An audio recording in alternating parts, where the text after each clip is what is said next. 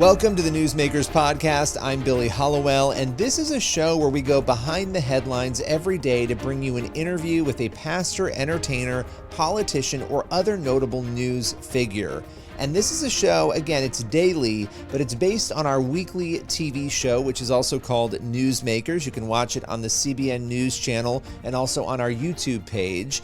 And on this show, every day, we dive deep. It's a little more longer form with one of the people who you will often see on our Newsmakers show or across the CBN News platforms. On today's Newsmakers, we are joined by Carlos and Alexa PenaVega, who are coming on to talk about their new film, Mr. Manhattan, life, their faith, navigating loss, and so much more. Here are Carlos and Alexa PenaVega. So Carlos and Alexa, a lot to dive into here. We're going to be talking here about Mr. Manhattan, and this is a really interesting film. It hits on a lot of big themes. Carlos, I'll start with you. You play Mason. What was it that made you want to dive into this film when you saw the script? Well, I was the number one on the call sheet, and my wife was number two. Oh my gosh! So, no, I'm kidding. But for real, that was the first time you were number one. That was really on the call cool. sheet. It was really cool to lead a movie. I've never actually done that. Normally, I'm like one of the supportings. But no, I loved the journey. I always tell people, I love making faith-based films. Sometimes I find that they can be a little too like on the nose, like let's tell a Jesus story. And not that that's bad, but if we're trying to reach a wider audience and cast a bigger net, I think that we need to be making more worldly content, right? But from a kingdom heart. From a kingdom heart. But worldly content, because people are broken. Life has hills and valleys, right? Mm-hmm. Peaks and valleys.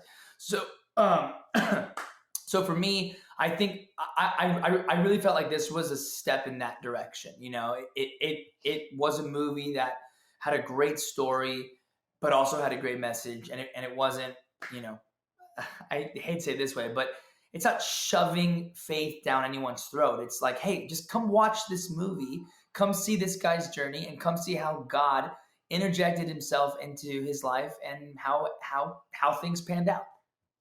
Yeah. Well, it's interesting because there's so many real stories that are tough. They're hard, they're gritty. We know this, life is difficult sometimes. And I think a lot of where we are right now in Christian film is we haven't gotten there yet fully, and we're starting to, right? Where we're telling those stories, and there might be a difficult word here or there because that's the reality of what happened. And so I don't know if you want to respond to that at all, Alexa. I didn't mean to talk over you. Go ahead. No. Hey, I was just kind of jumping in with you. No, the Christian walk isn't pretty. And I feel like that's something that I think maybe modern day Christianity has tried to sell a little bit, where, if you join the church, if you are a part of our Christian faith, you get a bow, it's going to be easy, and you're going to get what you want. And it's actually the opposite. It's really flipping hard. And you are going to be wrestling with God a lot throughout your journey, but it is the most fulfilling walk you'll ever take. And it's also the most peaceful walk that you'll ever take. And, we can really attest to this as Billy, we're walking through grief right now after losing our daughter. And that was the hardest thing we have ever had to experience, ever. But what's awesome about our God is he has truly met us between this place of pain and peace. And he really spoke to us with we've been saying, the slogan for this season really feels like pain with purpose.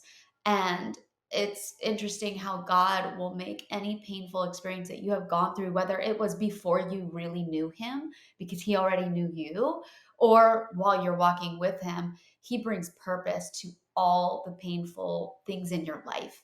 And he turns them into testimonies. He turns them into the thing that you thought was going to kill you actually is the thing that elevates you. And it's been very unique for us to be in this season because I feel like we've gotten a chance to know God on a level that we didn't even know we were capable of, because he's really brought us to a whole new place with him. And it's been very fruitful in a season that could have felt otherwise.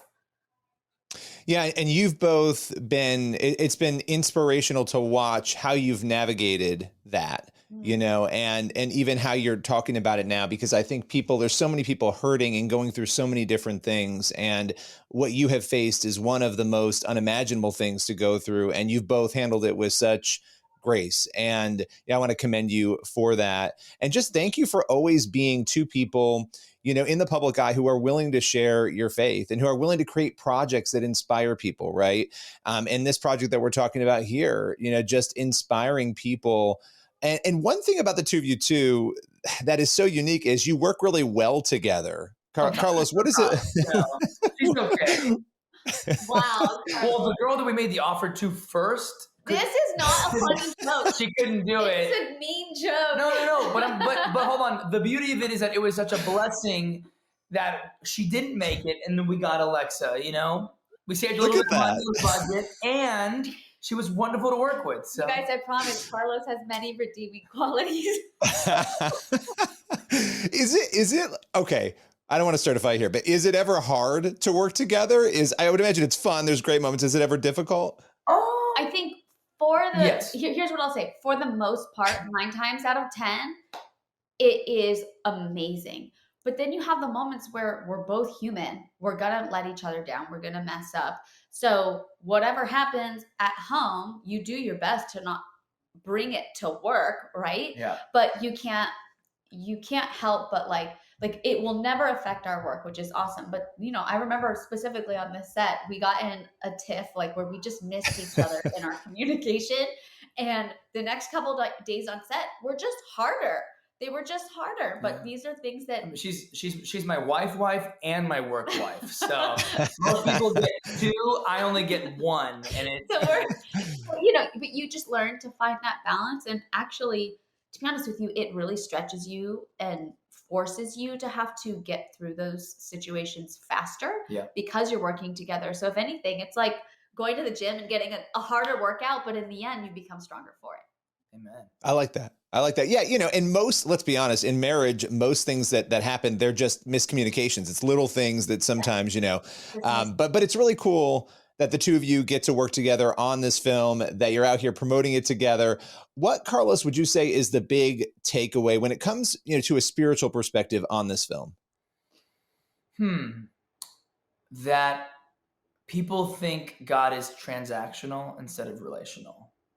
Yeah. I think that's the biggest takeaway for sure. And I feel like everybody deals with that in life. It's like, well, God, I did this. Why did you do this to me? Yeah. Well, I did this, but why this? And that's not how God works, Or I'll do this so that you'll do this, God. Right? There's a lot of that too. Like if you just give me this, right? Yeah. I mean, I think that's why I loved reading the script so much, was watching Mason's character really wrestle with this idea of what he thought God was versus who God really is. That's all for today's Newsmakers podcast. Be sure to tune in for the next episode of the show, and also head over to the CBN News YouTube channel and the CBN News channel to watch Newsmakers every week. We'll see you soon.